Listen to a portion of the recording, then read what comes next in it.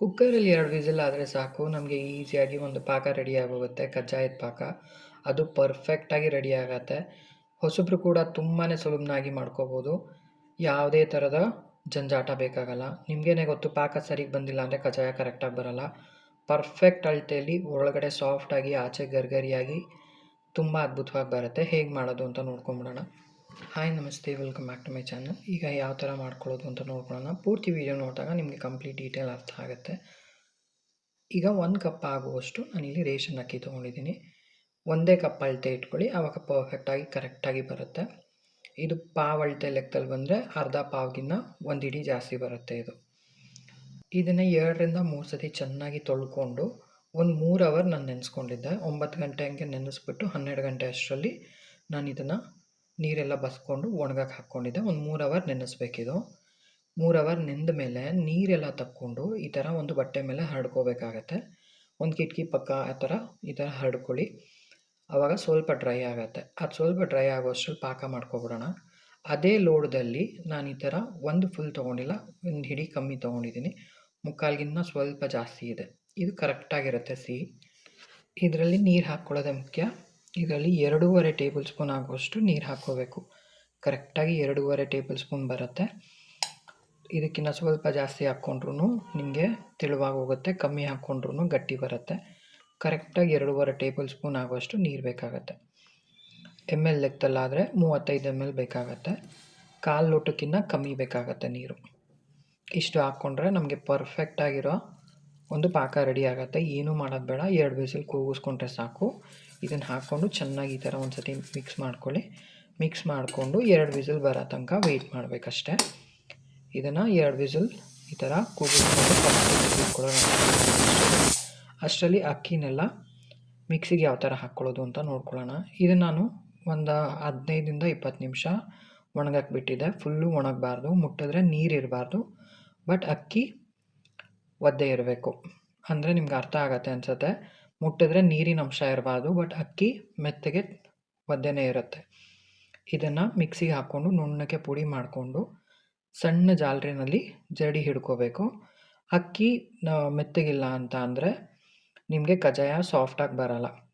ಅದಕ್ಕೋಸ್ಕರ ತುಂಬ ಒಣಗಿಸ್ಕೊಳ್ಳೋಕೆ ಹೋಗಬೇಡಿ. ಮುಟ್ಟಿದ್ರೆ ನೀರಿನ ಅಂಶ ಇರಬಾರ್ದು ಅಷ್ಟೆ. ನೋಡಿ, ಈ ಥರ ನುಣ್ಣಗೆ ಪುಡಿ ಮಾಡಿಕೊಂಡು ಸಣ್ಣ ಜರಡಿನಲ್ಲಿ ಜರಡಿ ಮಾಡ್ಕೋಬೇಕು. ನಿಮಗೆ ಕುಕ್ಕರ್ಗೆ ಹೋಗೋ ಅಷ್ಟರಲ್ಲಿ ಇದನ್ನು ಮಾಡ್ಕೊಂಬಿಟ್ರೆ ಆಗೋಗುತ್ತೆ. ಅದು ತಣ್ಣಗಾಗೋ ಅಷ್ಟರಲ್ಲಿ ಇದನ್ನೆಲ್ಲ ರೆಡಿ ಮಾಡ್ಕೊಂಬಿಡ್ಬೋದು. ಈ ಥರ ಎಲ್ಲ ಸಣ್ಣ ಇದರಲ್ಲಿ ಜರಡಿ ಹಿಡ್ಕೊಂಡು ಸ್ವಲ್ಪ ಮಿಕ್ಕತ್ತಲ್ಲ ಇದು ತರಿ ತಿರ್ಗಾ ಇನ್ನೊಂದು ಸತಿ ಮಿಕ್ಸಿಗೆ ಹಾಕ್ಕೊಂಡು ಮಿಕ್ಕಿರೋ ಅಕ್ಕಿನೂ ಎಲ್ಲ ಹಾಕ್ಕೊಂಡು ಇಟ್ಕೋಬೇಕು. ಇದನ್ನು ಪ್ರೆಸ್ ಮಾಡ್ಕೊಳ್ಳಿ. ಈ ಥರ ಪ್ರೆಸ್ ಮಾಡಿದಾಗ ನಮಗೆ ಅದು ತೇವಾಂಶ ಆರಲ್ಲ, ಅದೇ ಥರ ಇರುತ್ತೆ. ಚೆನ್ನಾಗಿ ಬರುತ್ತೆ, ಸಾಫ್ಟಾಗಿ ತುಂಬ ಚೆನ್ನಾಗಿ ಬರುತ್ತೆ. ಪ್ರತಿ ಸತಿನೂ ಆ ಥರ ಜರಡಿ ಹಿಡ್ಕೊಂಡಾಗ ಪ್ರೆಸ್ ಮಾಡ್ಕೊಳ್ಳಿ. ಈ ಥರ ನಾನು ಫುಲ್ಲು ಜರಡಿ ಹಿಡಿದು ಇಟ್ಕೊಂಡಿದ್ದೀನಿ ಎಲ್ಲನೂ. ಹಾಗೆ ಈ ಥರ ತಟ್ಟೆ ಮುಚ್ಚಿ ಪಕ್ಕಕ್ಕೆ ತೆಗೆದಿಟ್ಕೊಳ್ಳೋಣ. ಈಗ ಪಾಕ ಆಗಿದೆಯಾ ಅಂತ ನೋಡ್ಕೊಂಬಿಡೋಣ. ಇದು ಆರಿದೆ. ಪಾಕ ಕರೆಕ್ಟಾಗಿದೆಯಾ ಅಂತ ನೀರಿಗೆ ಹಾಕಿ ನೋಡ್ಕೊಂಬಿಡೋಣ. ನೀರಿಗೆ ಒಂದು ಅರ್ಧ ಚಮಚದಷ್ಟು ಹಾಕ್ಕೊಂಡ್ರೆ ನಿಮಗೆ ನೀಟಾಗಿ ಉಂಡೆ ಕಟ್ಕೋಬೇಕು. ಸಾಫ್ಟಾಗಿ ಒಂದು ಜಲ್ಲಿ ಥರ ಹಾಕಬೇಕು, ಆವಾಗ ಪರ್ಫೆಕ್ಟಾಗಿರುತ್ತೆ. ತುಂಬ ಗಟ್ಟಿ ಆಗೋದ್ರೂ ನಿಮಗೆ ತುಂಬ ಖಡಕ್ಕಾಗತ್ತೆ, ಚೆನ್ನಾಗಿರಲ್ಲ. ನೋಡಿ, ಈ ಥರ ಸಾಫ್ಟಾಗಿ ಜಲ್ಲಿ ಥರ ಇರಬೇಕು. ನೀವು ಮುಟ್ಟಿದ್ರೆ ಅದೇ ಥರ ಇರುತ್ತೆ, ಎತ್ಕೊಂಡ್ರು ಕೈಯಲ್ಲಿ ಹಾಗೆ ಇರುತ್ತೆ, ನೀರಲ್ಲಿ ಹಾಕಿದ್ರೂ ಅದೇ ಥರ ಶೇಪ್ ಹೋಲ್ಡ್ ಆಗುತ್ತೆ. ಈ ಥರ ಇದ್ದರೆ ನಿಮಗೆ ಕಜ್ಜಾಯ ಯಾವುದೇ ಕಾರಣಕ್ಕೂ ಕೆಡಲ್ಲ. ಸಾಫ್ಟಾಗಿ ತುಂಬ ಚೆನ್ನಾಗಿ ಬರುತ್ತೆ. ಬಿಸಿಲಿ ನಿಮಗೆ ಗರ್ಗರಿಯಾಗಿ ಒಳಗೆ ಸಾಫ್ಟಾಗಿ ತುಂಬ ಪರ್ಫೆಕ್ಟಾಗಿರುತ್ತೆ. 2 ವಿಸಿಲ್ ಕೂಗಿಸ್ಕೊಂಡ್ರೆ ಸಾಕು, ಈಸಿಯಾಗಿ ಆಗೋಗುತ್ತೆ. 1 ಟೇಬಲ್ ಸ್ಪೂನಷ್ಟು ನಾನು ಬಿಳಿ ಎಳ್ಳನ್ನು ಸೇರಿಸ್ಕೊಳ್ತಾ ಇದ್ದೀನಿ. ಇದನ್ನೆಲ್ಲ ಮಿಕ್ಸ್ ಮಾಡಿಕೊಂಡು ಇವಾಗ ಹೇಗಿದ್ರೂ ನಮ್ಮ ಹಿಟ್ಟು ರೆಡಿಯಾಗಿದೆ. ಪಾಕಕ್ಕೆ ಹಿಟ್ಟು ಹಾಕೋ ಬದಲು ಹಿಟ್ಟಿಗೆ ಪಾಕ ಹಾಕೋಣ, ಈಸಿ ಆಗುತ್ತೆ. ಆವಾಗ ಎಷ್ಟು ಬೇಕೋ ನಮ್ಗೆ ಹದ ಯಾವ ಥರ ಬೇಕೋ ಆ ಥರ ಈಸಿಯಾಗಿ ಕಲಿಸ್ಕೋಬೋದು. ಹೊಸಬ್ರಿಗಂತೂ ತುಂಬ ಈಸಿಯಾಗಿ ಕಲಿಸ್ಕೋಬೋದು. ಇದನ್ನೆಲ್ಲ ಮಧ್ಯ ಒಂದು ಸಣ್ಣ ಗ್ಯಾಪ್ ಮಾಡ್ಕೊಳ್ತಾ ಇದ್ದೀನಿ, ಆಳ ಥರ. ಈ ಥರ ಮಾಡಿಕೊಂಡು ಸ್ವಲ್ಪನೇ ಹಾಕ್ಕೊಂಡು ಕಲಿಸ್ಕೊಳ್ಳಿ. ನಿಮ್ಗೆ ಹದ ಗೊತ್ತಾಗುತ್ತೆ.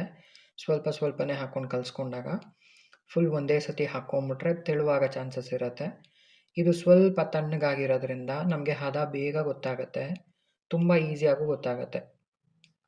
ಬಿಸಿ ಇರುವಾಗ ತಣ್ಣಗಾದರೆ ಗಟ್ಟಿ ಆಗಿಬಿಡುತ್ತೆ ಅನ್ನೋ ಭಯ ಇರುತ್ತೆ. ಇದು ಆಲ್ಮೋಸ್ಟ್ ತಣ್ಣಗಾಗ್ಬಿಟ್ಟಿರುತ್ತೆ ನಮಗೆ. ಸೊ ನಮಗೆ ಕಲಿಸ್ಕೊಳ್ಳುವಾಗ ಈಸಿಯಾಗಿ ಗೊತ್ತಾಗುತ್ತೆ. ಉಂಡೆ ಬರುತ್ತಾ, ತಟ್ಟಿದ್ರೆ ನೀಟಾಗಿ ತೇಲ್ಸೋಕ್ಕಾಗತ್ತಾ ಅಂತ ಈಸಿಯಾಗಿ ಕಂಡುಹಿಡ್ಕೋಬೋದು. ಹೊಸಬ್ರಿಗೆ ತುಂಬಾ ಸುಲಭ ಈ ಥರ ಮಾಡೋದ್ರಿಂದ.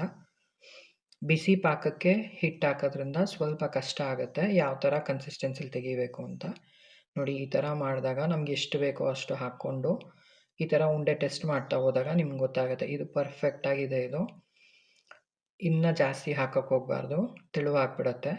ನೋಡಿ ನನಗೆ ಇಷ್ಟು ಮಿಕ್ಕಿದೆ, ಒಂದು 2 ಟೇಬಲ್ ಸ್ಪೂನ್ ಆಗುವಷ್ಟು ಪಾಕ ಮಿಕ್ಕಿದೆ.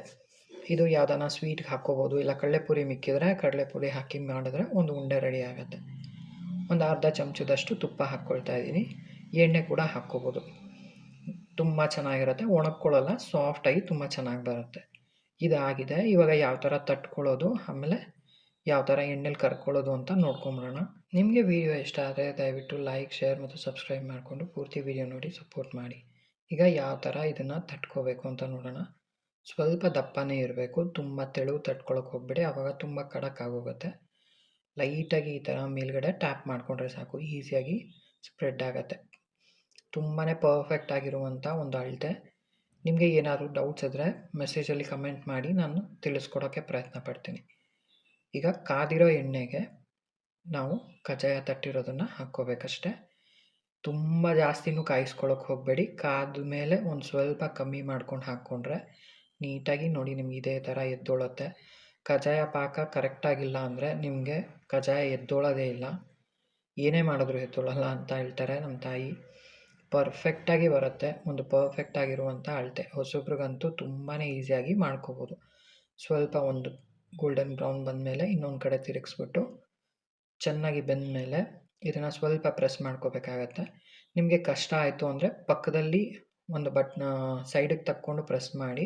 ರೂಢಿ ಇಲ್ಲ ಈ ಥರ ತೆಗೆಯೋದು, ಪ್ರೆಸ್ ಮಾಡೋದು ಅಂದರೆ ಸ್ವಲ್ಪ ಪ್ರೆಸ್ ಮಾಡಬೇಕು. ಎಣ್ಣೆ ಎಲ್ಲ ಸ್ವಲ್ಪ ಈ ಥರ ತಕ್ಕೊಂಡ್ರೆ ಆವಾಗ ನಮಗೆ ತಿನ್ನೋದಕ್ಕೂ ಚೆನ್ನಾಗಿರುತ್ತೆ, ತುಂಬ ಎಣ್ಣೆ ಕೂಡ ಇರಲ್ಲ. ನೀವೇ ನೋಡ್ಬೋದು ಎಷ್ಟು ಪರ್ಫೆಕ್ಟಾಗಿ ಬಂದಿದೆ ಅಂತ. ಯಾವುದೇ ಒಂದು ಕಷ್ಟ ಇಲ್ಲದೆ ಈಸಿಯಾಗಿ ಮಾಡ್ಕೋಬೋದು, ತುಂಬಾ ಸುಲಭನಾಗಿ ಮಾಡ್ಕೋಬೋದು.